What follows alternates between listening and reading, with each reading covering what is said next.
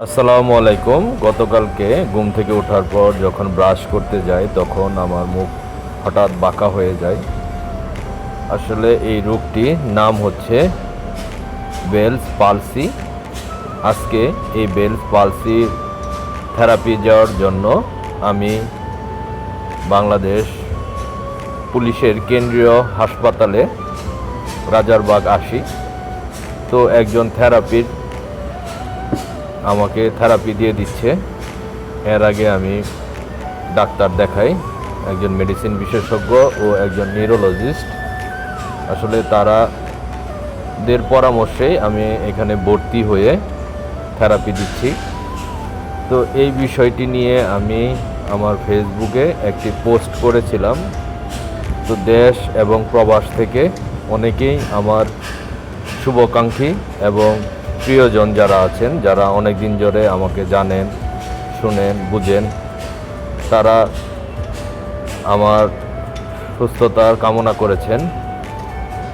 এবং এই হসপিটালিটিতে এসে আমার আরও একটি জিনিস খুব ভালো লাগলো। আসলে এর আগে কখনো আসা হয় নাই। ছোটোখাটো জ্বর বা ছোটোখাটো অসুখ বিসুখেই আসলে বাসায় সেরেছে। তো এইবার একটু বড় রকমের অসুখ হওয়াতে হসপিটালে আসা। তো আমাদের কেন্দ্রীয় হসপিটালটি আসলে অনেক পরিষ্কার পরিচ্ছন্ন আসলে ইমানের অঙ্গ। তো পরিষ্কার পরিচ্ছন্নতা আসলে যেখানেই থাকে সেখানে মনটা ভালো হয়ে যায়, অসুখ অনেকাংশে কমে যায়। সুস্থ জীবন আল্লাহর অনেক বড় নিয়ামত। আমার মনে হয় সুস্থতা শুধু রোগ মুক্তির নামান্তর নয়, এটি একটি পূর্ণাঙ্গ জীবন যাপনের ভিত্তি। যখন আমাদের শরীর, মন এবং আত্মা এই তিনটি দিকই ভালো থাকে, তখনই আমরা সত্যিকার অর্থে সুখী ও প্রাণবন্ত জীবনযাপন করতে পারি।